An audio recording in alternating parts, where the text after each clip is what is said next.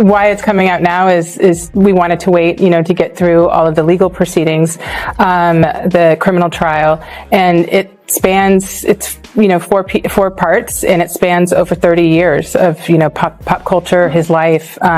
So it took some time, to say the least, to put all of this together. It's an important story, and you could just tell it with all the public material. Mm-hmm. You go further, you've gotten your hands on some extra new material people are going to see for the first time, including this video. Any journalist would want to know how you got it, but it is Sean Diddy Combs in the heat of this, right before the arrest for the trial we just discussed, in private moments, talking to his lawyer, cameras running. He also underestimated that with every celebrity, you do have different claims, and some are completely unfounded. But I think that some of these lawsuits, there's receipts. Mm-hmm. And there's footage, and there's voice recordings. And I think that for a man, it's also very interesting, for the culture of hip hop, so many artists record themselves, and they probably, when they were, recording themselves in 2005, never saw the year 2025 and how accessible that media would be to actually make a case for things. And I think that's a big part of the gumbo of 50 Cent's latest Netflix documentary hit the platform Tuesday and instantly ignited widespread conversation, diving deep into the meteoric rise and dramatic unraveling of Diddy's empire. Driven by explosive revelations, never-before-seen archival material, and unfiltered perspectives from former insiders, the film moves at a relentless pace, pulling viewers into a high-stakes world of ambition, power, and consequence that has remained hidden from public view for decades. Only they can answer that question. I have my own opinion, but I wouldn't slander their name like they did mine. I wouldn't say things that I knew, you know what I mean? I believe so. I do believe so. I have proved things that I can say that will back up my claim, but this is not for the world to know about. You know what I mean? It's between me and him, and only he knows. So every time he say it didn't happen, or that's the only thing that makes this become an issue to everybody. Because you seen what I said in the Vibe article. I basically bowed out and was going to go ahead about my life. The next issue, that wasn't even the next issue, because them cowards waited about 4 issues before they got their story together. 4 issues later, half of New Yorkers commenting on me getting shot. And before, they was all like, we didn't see nothing. In the first issue, we did, Vibe viewers. Nobody seen shit. The 4th issue, when they came back with a reply, everybody knew what I did. They knew what I said. I was acting. Who gets shot 5 times in acts? Oh, I didn't get shot 5 times in their vision. I only got shot once because they found the bullet. The police found it, but now they the cops. Now they doing detective work. They found the bullet. Oh, you found the bullet, huh? So what is this other shit in me then? What was the doctors talking about? What? Can you explain these other holes in me? How'd I get gunpowder all over me? That insulted my intelligence. So yes, I did say Thug Life was there. Yes, I bowed out, all of that. But when they said that, in the second episode of Sean Combs' The Reckoning, former Bad Boy Records artists and staff share personal perspectives on the era surrounding the deaths of Biggie Smalls and Tupac, stressing that their comments reflect suspicions, not proven facts. Featuring insights from Mark Curry, Roxanne Johnson, and Bad Boy co-founder Kirk Burrows. The episode revisits a tense period marked by internal strain, shifting power dynamics, and the rising East-West rivalry of the 90s, offering a sharper, more focused look at the industry pressures of that time. You've been hearing from Greg Kading, the detective that worked on Tupac and Biggie's case in this documentary. He is the investigator that did that proffer agreement with Keefe D way back in 2008, where Keefe D alleged that Diddy tried to offer him $1 million to take out Tupac and Suge Knight. And Tupac's trial with Keefe D is coming up very soon in early 2026. And we know that Diddy's name has been dropped at least 200 times during these proceedings already. Suge and Puff created the atmosphere for both of those guys to lose their life. I honestly, when I look back on it, if he trusted Sean more, it would have been better. But he didn't trust him as much as the way Sean says they were best friends after he was dead. No, I didn't see that during the time we were. The documentary delivers a relentless stream of revelations, positioning itself as one of the most revealing examinations of Diddy to date. The series states that he is currently being held at Fort Dix Federal Prison in New Jersey, serving a 50-month sentence following a conviction earlier this year tied to federal transportation-related offences, while also noting that a jury dismissed more severe accusations involving organised misconduct. Public focus on Diddy intensified in late 2023 after his former partner, Cassandra Ventura, filed a high-profile lawsuit alleging long-term mistreatment, a case that sparked a surge of additional civil claims. As the film outlines, these allegations have continued to expand, even as Diddy has firmly and repeatedly denied all accusations brought against him. Diddy Combs have now sent a cease and desist letter to Netflix. That's right. They are demanding it not release a docuseries featuring the embattled mogul. This documentary doesn't simply revisit old claims. It escalates the conversation with fresh material that reignites headlines and fuels new debate. The filmmakers say they obtained rare behind-the-scenes footage of Diddy inside a New York hotel room just days before his arrest, captured by a videographer he personally hired. The clips reportedly show him strategizing with legal counsel and reacting in real time to the media storm closing in, offering what the film frames as a stark, unfiltered look at the tension, pressure, and uncertainty unfolding beyond the public spotlight. The documentary, I'm waiting the whole time for Aubrey O'Day to reveal some major story that happened between her and Diddy. 3 episodes in, she's basically just talking about Diddy in a very general way. It isn't until the 4th episode that Aubrey reveals a witness walked in on Aubrey O'Day completely inebriated with Diddy doing things to her, as well as a second man who they refer to as a light-skinned, tall man. Details are very explicit and not anything I could share on here. This witness revealed that it was 100% Aubrey O'Day. It was really uncertain in watching Aubrey's reaction and kind of resharing this story whether or not she fully recollected the situation. He says it couldn't have been her choice to become inebriated because that was never her issue. She never really drank a whole ton. The earlier parts of this series, Aubrey does reveal these series of emails that she got from Diddy. They were all in very sexual nature, in a very sexual tone. He's basically asking her to come over and do certain things with him. It's these very domineering emails where he's basically setting the tone that he's the boss. She says that she felt very uncomfortable about those emails, and 6 months later, she was fired. It is highly unusual for someone to speak this candidly ahead of formal legal action, as discussions of this nature are typically kept strictly behind closed doors. The documentary implies that allowing a videographer to be present may have created unforeseen exposure around sensitive conversations. Diddy's legal representatives later told NBC News that the footage was never authorized for public release and that they are unclear how it was obtained by Netflix, emphasizing that the videographer was subject to confidentiality agreements and that the recordings were intended to remain private. Bad boy, we had gotten over CCNY. It looked like the coast was clear. We were renegotiating with Arista. We were about to get a step up in the money. I had 25% of the company. I didn't know why he needed to get that back from me and then give it back to me again. I didn't understand that. That's like a trick. Like, okay, here, I gave it to you, now give it back, and don't worry, I'm gonna give it right back to you. I didn't want to give it up. So he came into my office one day unexpected, him and Kenny Marsalis, they had it planned out.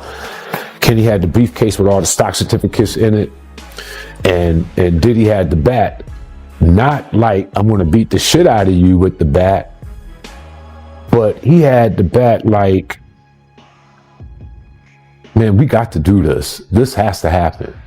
I didn't feel I was gonna get beat down in that office, in all honesty. I got people that can jump out of the shadows in a minute. I wasn't threatened by him. What I was messed up over was the fact that I started this company with you from day zero, and now the one solid thing that you told me I had you want to take that back and do a return to me on that at this critical time that we're renegotiating and getting a step up on the contract. When he told me it was about all of that renegotiating and that I should trust, I did, begrudgingly, angry, upset. It wasn't right. I did it. He got the stock back. I went on, tried to get over that, kept doing my job, doing what I had to do, delivering everything. And once again, I was caught up in the job. I forgot all about it. And next thing you know, we had the snafu. I was fired. And he just said, oh, okay, bye. And since he had never given me the stock back, he never said that he would pay me anything or give me anything. He just avoided me all these years. Not only did he avoid me all these years, running high and low, I went on and started working with Mary, who the three of us started out together. The series also features voices from Diddy's past, including former collaborators and associates who reflect on his rise and influence. Making the band alum. Aubrey O'Day shares her perspective, adding context to the story and highlighting the complexities of working alongside one of hip-hop's most powerful figures. With Pac's money, Pac wanted to leave, and it could be some other shit that was going on, but they still created an atmosphere for that. You understand that East Coast, West Coast bullshit. When Suge was trying to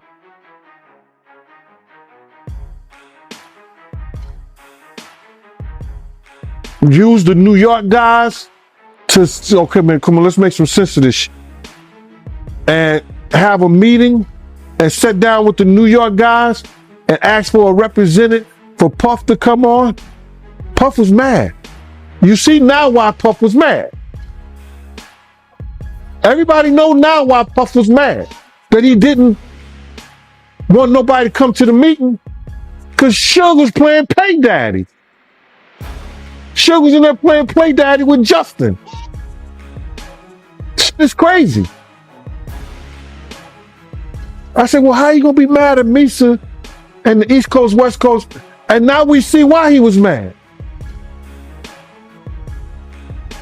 We don't know if Suge sent Puff those pictures years ago.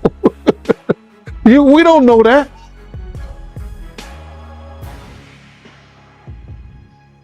But that's why Puff didn't send a representative when Zipman was asking him, man, let me represent, just let me know. Nah, man, F that. They trying to get a black distribution company, a publishing company, all that for hip hop artists and music. Puff and Jay-Z ain't want to have shit to do with it. And look who get rewarded behind that. So, to answer your question, I think the atmosphere that they designed and made up led to what we know was the East Coast, West Coast war. And both of them had some responsibility in that. Singer Al B. Shaw reflects on what he says he personally observed during his time close to the inner circle, while former bodyguard Roger Bonds shares his account, alleging he witnessed aggressive conduct toward Cassie, and admitting his early positive impression faded as he learned more. Adding further weight, Bad Boy Records co-founder Kirk Burrows claims he once owned a significant share of the company before being pressured into giving it up under intimidation, an outcome he says upended his life as the label surged into a powerhouse. Together, these accounts deepen the documentary's portrayal of influence, imbalance, and lasting personal consequences. You say Suge looks over, he sees you? He looks right at you? Yeah, he looks at me. Okay. When he looks over at you, and then, Tupac's busy getting shot. Evidently, the story is Tupac's trying to either get out in the back seat or something. Yeah, what do you see happening inside of their car? I seen a bullet going Suge's head. I thought he was dead.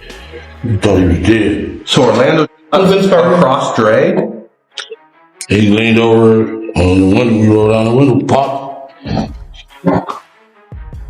They would drove on my side, I would pop them. You know what I'm saying? But they was on the... Burrows later pursued legal action of his own, though the case was dismissed due to timing, and he remains involved in other legal disputes today. The episode then shifts focus to the iconic Bad Boy Death Row rivalry, revisiting the East Coast-West Coast divide that reshaped hip-hop, with Death Row featuring Dr. Dre and Tupac, and Bad Boy rising behind Biggie, Faith Evans, 112, and Maze. Interviewees argue the conflict wasn't driven by the artists themselves, but rather sustained by industry leadership, with Combs frequently named as a central influence, reinforcing long-standing claims that executives helped fuel tensions until they reached a breaking point. Go into details on that one. Keep it streets on me. I ain't gonna go into detail on that. Well, I'm gonna go ahead and read from the book. Well, so let them buy the book then. Okay. Well, I'm just gonna read this passage. The shit was on. Tupac made an erratic move and began to reach down beneath his seat. It was the first and only time in my life that I could relate to the police command, keep your hands where I could see them. Instead, Pac pulled out a strap, and that's when the fireworks started. One of my guys from the backseat grabbed the Glock and started busting back. The first skin shook in the head, and I thought that motherfucker was dead. I had heard some stories, supposedly that Suge used Tupac as a shield when the bullets started flying, but that's some bullshit. Suge was already wounded, and he was the one that got touched. As the rounds continued flying, I ducked down so I wouldn't get hit. Basically, yeah. White Cadillac, arm came out the back seat and started letting off. What went through your head when you saw that? They shot my name.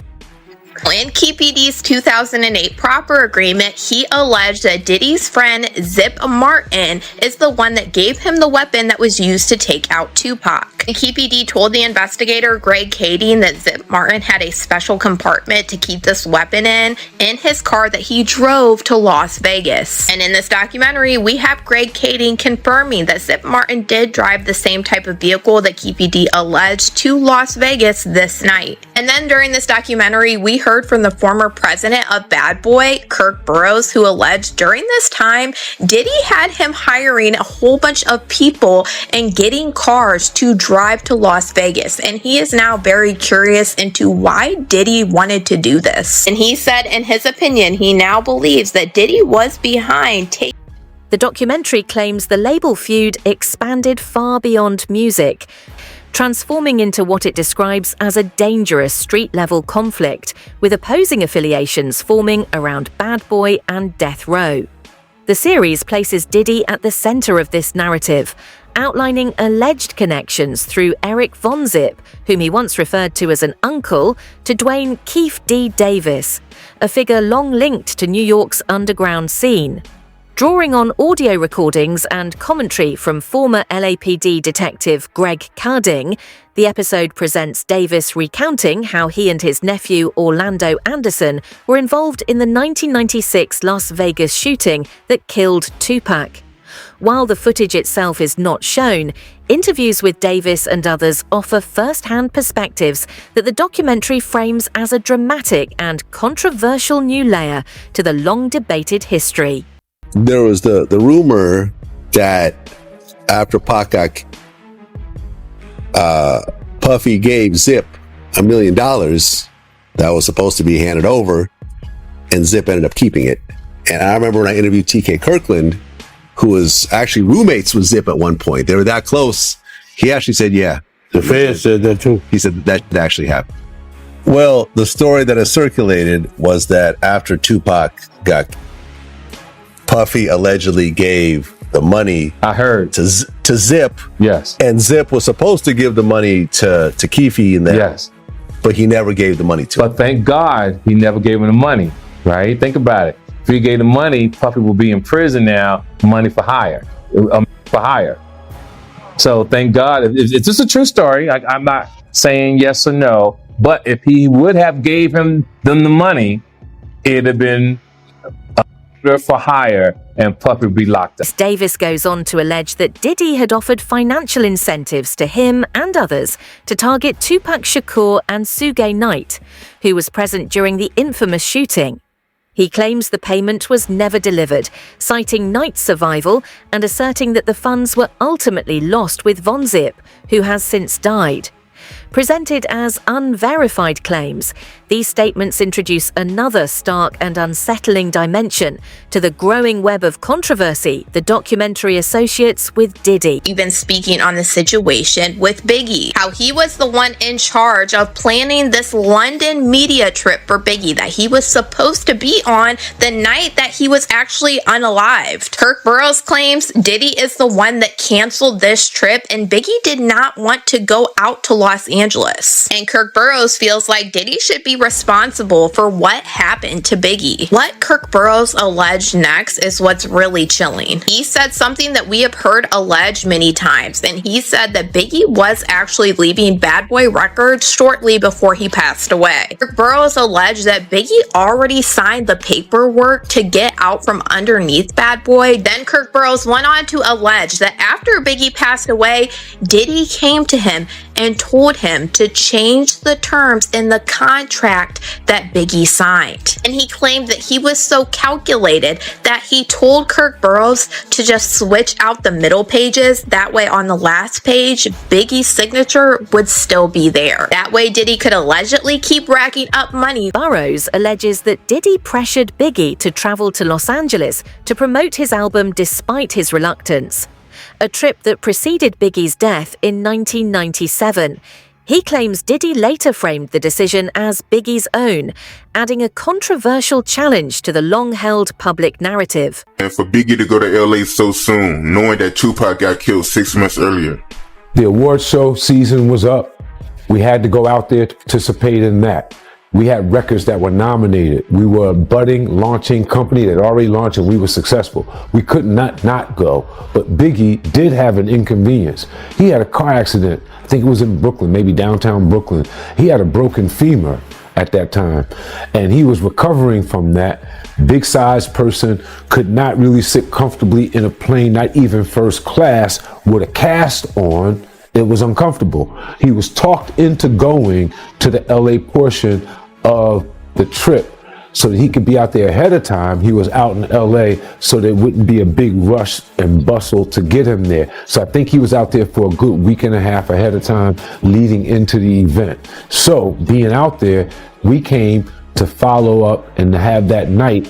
And then he was supposed to, as per Arresta's marketing department, Arista, one of the best labels and distribution companies that you can have to back you, the legendary Clive Davis, who's backed so many artists, believed in Bad Boy so much, he put together a marketing campaign that was never seen before that campaign and still wasn't seen, but it was put together so that Biggie could receive an international press junket in London with all press from around the world meeting him that Saturday, Sunday after the Friday award show night. He was supposed to go on an international flight with me. We have the itinerary still to this day. He was supposed to leave that early morning, go to London, and we would be out there for 2 or 3 days, and then he would go back to New York and go home. Diddy called Sean P. Diddy, whatever his name was during that time, called late Friday night, early Saturday morning, saying he's not going to London. Call Arista, cancel it. You go. You represent it. You go.